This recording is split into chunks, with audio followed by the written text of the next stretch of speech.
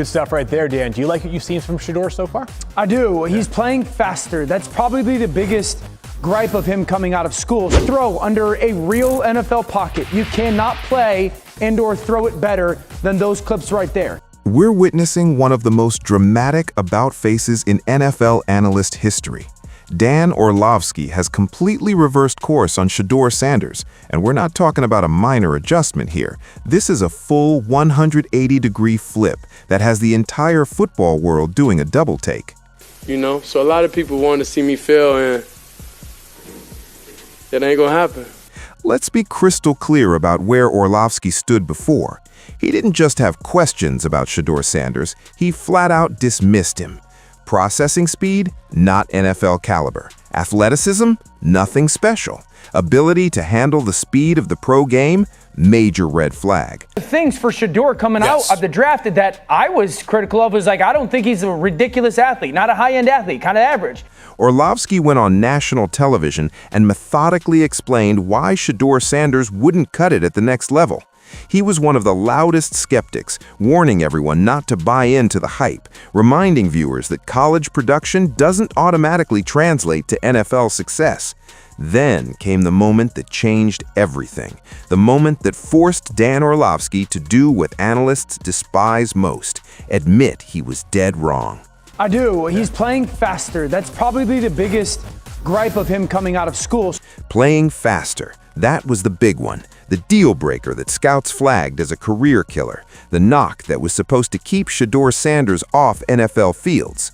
Now, Orlovsky is studying the film and acknowledging that his biggest criticism, the issue he said would end Shedeur's pro career before it started, has completely evaporated. It's not just fixed, it's become one of his biggest assets.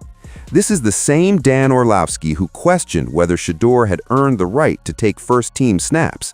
The same analyst who doubted his processing ability and arm strength is now breaking down throws that only elite quarterbacks can make. This is an elite throw under a real NFL pocket. You cannot play and/or throw it better than those clips right there. You cannot play it better. That's not hedging. That's not he's getting there or showing potential or we'll see if it continues. That's Dan Orlovsky watching Shedeur Sanders on tape and declaring it as good as NFL quarterback play gets. So what happened? How did a quarterback dismissed as too slow, not athletic enough, and lacking pro readiness suddenly earn elite-level praise from the very analyst who doubted him? How did someone with supposed fundamental flaws force such a dramatic reversal? Let's go back to where this story began, because the full context makes Orlovsky's turnaround even more remarkable. The Cleveland Browns are a mess, a full-blown organizational catastrophe that somehow kept spiraling deeper into chaos.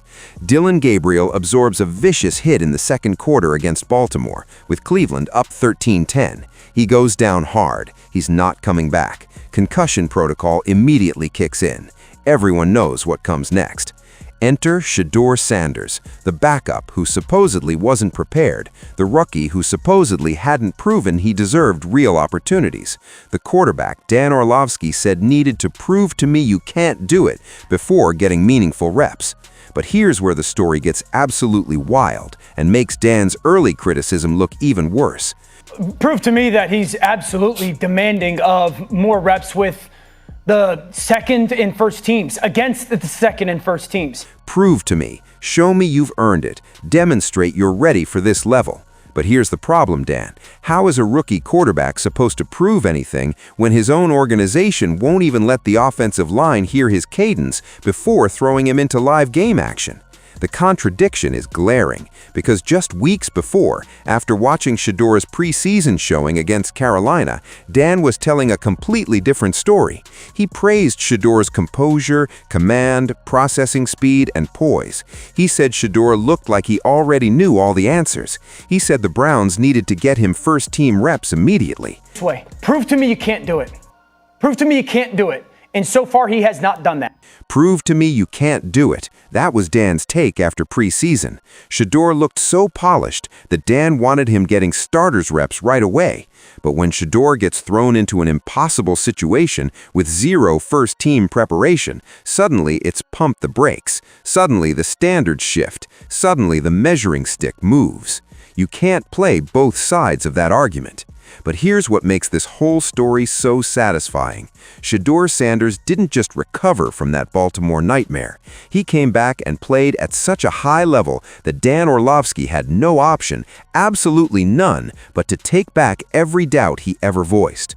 The processing speed that was supposedly too slow, now elite. The athleticism that was supposedly pedestrian, making plays with his mobility that impressed Dan.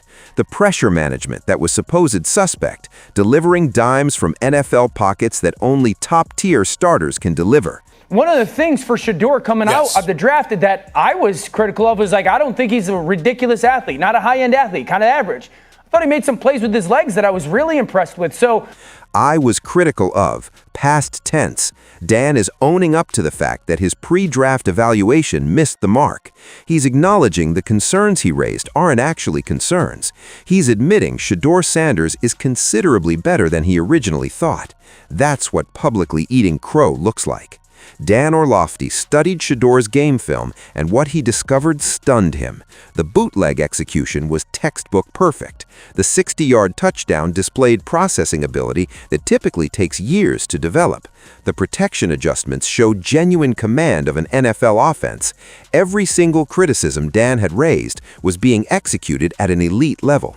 The Browns noticed, too. They named Shedeur Sanders their starting quarterback for the remainder of the season. Not because of upside, not because of where he was drafted, because the film proved he's the best quarterback they have right now.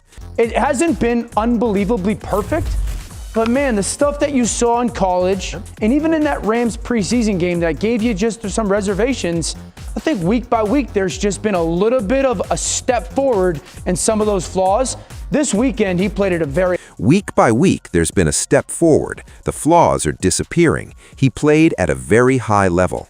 That's Dan Orlovsky confirming the improvement is legitimate. That's Dan acknowledging Shedeur is erasing the exact issues he highlighted. That's Dan being forced by undeniable tape evidence to completely reverse his stance. From pump the brakes to you cannot play it better. From questioning his NFL readiness to praising elite starting quarterback play. From skepticism to genuine respect. That's not just reconsidering your opinion, that's a total reversal driven by film that tells the truth. Here's what makes this story even more powerful. Shedeur Sanders never stopped grinding, even when the Browns wouldn't give him practice reps, even when the organization treated him like a spare part, even when analysts like Dan raised doubts about his future. Facility, I see him in the office every day with Coach Stefanski, like just going over film. I see him in there asking questions, and he's not afraid to ask questions. So just for him to be, that poised rookie and stuff like that, that's not afraid to go out there, and throw the football. Every day, grinding film, asking questions fearlessly, bringing positive energy to the building, staying composed under fire. These are the intangibles that can't be taught. These are the traits that separate solid quarterbacks from franchise cornerstones. Shedeur Sanders possesses all of them. When his chance finally arrived, he was ready. Despite organizational dysfunction, despite inadequate preparation, despite critics like Dan urging caution, Shedeur Sanders proved he belongs at the highest level. Are there still areas for growth? Absolutely. He's a rookie. Dan himself highlighted a red zone snap where Shedeur needed better footwork, needed to beat the edge defender with his throw placement. Are there still issues? 100%. Down in the red zone, all out pressure. You have to drift. I love the fact that he backpedals. You got to beat the last guy with the throw. But those are correctable details. Those get cleaned up with repetition and experience. Those aren't structural deficiencies. Those aren't reasons to question whether a quarterback can thrive in this league. That's the critical difference Dan Orlovsky finally grasps.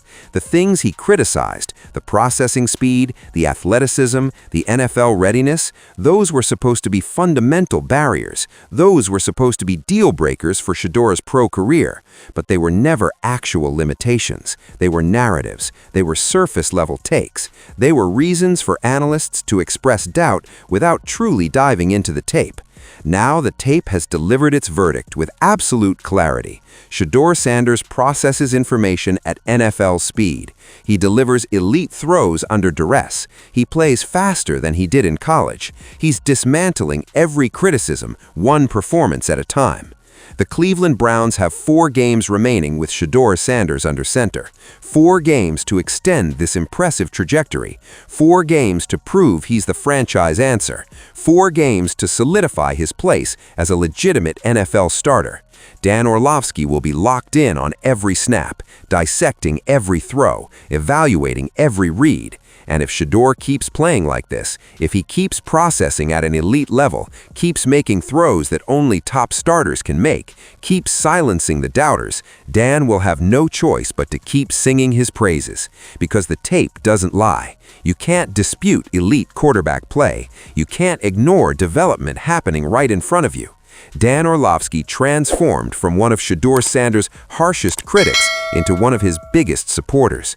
That shift didn't happen because Dan changed his quarterback evaluation criteria.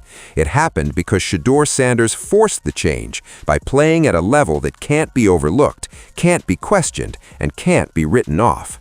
This is what happens when ability meets opportunity. This is what happens when a quarterback refuses to let organizational dysfunction, insufficient preparation, or public criticism define his trajectory. This is what happens when you're talented enough to make your loudest critics publicly acknowledge they were wrong. Shedeur Sanders has silenced the noise, he's proven the skeptics wrong, and he's forced analysts like Dan Orlovsky to do the toughest thing in sports media, swallow their words and admit they missed the mark. The kid from Colorado is NFL ready. The tape confirms it. The progression validates it. And now, finally, even the toughest critics are being forced to recognize it. The only remaining question, how long before everyone else realizes what Dan Orlovsky has finally accepted?